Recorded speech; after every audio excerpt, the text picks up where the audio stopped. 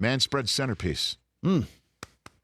Our fantasy football championship run title defense of the Allison Chain Celebrity Fantasy Football League. We have the Vinnie Paul Trophy right here. I do believe Pritchett, just a nice little, what a beautiful shot there. Pritch, well done. I'm out of focus in the background, and there's the Vinnie Paul Trophy in the foreground, all focused. Well done. That's beautiful. I'd like a shot of that. We left the damn trophy here yesterday. How do we go up to Jerry Cantrell's house? I thought you had it. You thought I had it. Right. And there was a rehearsal going on, so they were clearing the set. We thought that one of us had grabbed it. Yeah. At any rate. That's right. So we went to Jerry. I don't have everything ready. Nicely done. Exactly. We would have blamed you had you been there, Mike. So we chose 10th out of 10. Right. The Miz, who drafted first overall, remarkably did not take a Brown. He chose Saquon Barkley. I know. However, he did jump on Baker Mayfield and the Browns defense. Very early. I was going to turn to him. He's not only just such a nice guy, but he's very strong looking. Yeah, he's much bigger than you and me. Yeah, I was going to ask him, were you going to draft Leroy Horde? What else are you going to do here? Ernest Biner. Yeah, what do you got? Braylon Edwards. So we got down to 10. Our first pick, we went Devontae Adams. And then on the back end, starting round 2, can't believe we have asked everybody under the sun who would know the answer to this question for months, including the head coach of the team, the actual real team. Head coach, the analysts. And we did not get a straight answer. Well, hold on, not straight answer. We didn't get a concrete answer as to why this guy suddenly fell off the map more often than not last year. But regardless, undaunted, we are in the Todd Gurley business. Yes, we are. This fall. Let's go. Marshall's like, no problem. Siciliano, no problem. Sean McVay. MJD, no problem.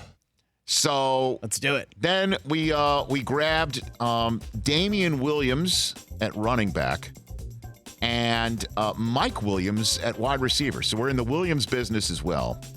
And I forget what round we grabbed him, but we looked Fabiano right in the face. He was right at the table. He's like, do not draft a quarterback before round 6 or 7. Yeah. And I think it was the 5th round. And we grabbed Mahomes. We did it. Why not? Tough. We grabbed Mahomes, and we looked him right in the eye and say, too bad. Too bad. All in on the Chiefs. Now, in terms, we sat back. I wanted to go all in on Zach Ertz, and you're like, don't go tight end just yet. That was round 4. Yeah, you wanted to go early. We went Ertz. Mike Williams instead. So we waited till later in the draft and got Trey Burton. Darius Geis, we had a choice between him and a bunch of other more established. Yeah, Philip Lindsay, I think, was there. I just think Geis we thought Geis has got the upside, right? It's got a bust-out potential this year. And then later on in the draft, we had a choice of many defenses. I'm telling you, Vic Fangio is going to let Von Miller and Bradley Chubb loose. You're very high on the Broncos. I love their defense. And then we went the butt kicker for Kansas City. You didn't like that because you're like, well, we're playing for touchdowns with Mahomes and Damian Williams. Right. Okay. Now, for our bench, Jarvis Landry and Matt Breida, we figured those are some guys in a PPR league that are very, very good. Yep. We got our backup quarterback in Ben Roethlisberger late because the one bye week that Mahomes has, Roethlisberger's in Cincinnati. We figured, okay, let's roll. And then we decided to use our bench to stash. We did. A.J. Green, Kareem Hunt, and our last choice of the night, Rob Gronkowski. I'm loving these stash picks, man. Now, you said let's go get Michael Gallup. I love Michael Gallup. You think he's going to have a monster season? I think Michael Gallup is primed for a breakout year. So I'm at the poker table last night. We were watching the SVP version of SportsCenter. Yep. And I'm seeing Demaryius Thomas running like the wind. I mean, I saw the 2 touchdowns, and Mike Reese of ESPN comes on afterwards and stands there on the field, and he does his man in the field reporting. Microphone right here. And his first line was, Demaryius Thomas has arrived in New England. That's the word in the Patriots locker room after this performance. Sure. That's what the players are saying. And then I sat there and thought, man. Great. He's a top 50 wide receiver in the league if he's healthy. Man, who was Josh McDaniels' first draft choice when he had before Pat Bowlen took the keys of the Broncos car away from him?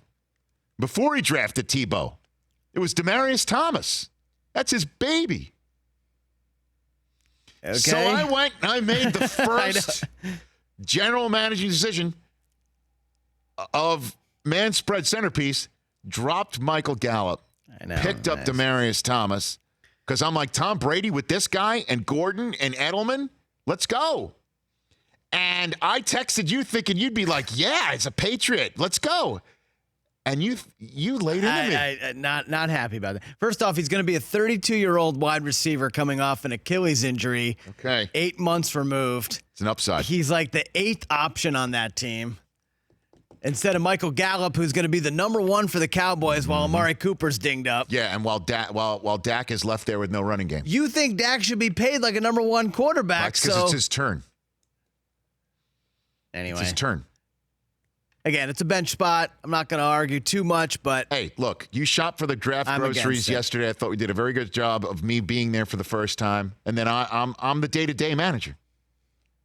You don't like it so far. 0 for 1. But we got Gronk in our back pocket. I do like that. And that's when Del Tufo's going to eat a hat. It's going to be a great celebration. I mean, you're here. both eating hats. Manspread Centerpiece, baby. For more of The Rich Eisen Show, tune to Audience Channel 239 on DirecTV for free on BR Live or download the Rich Eisen Show app.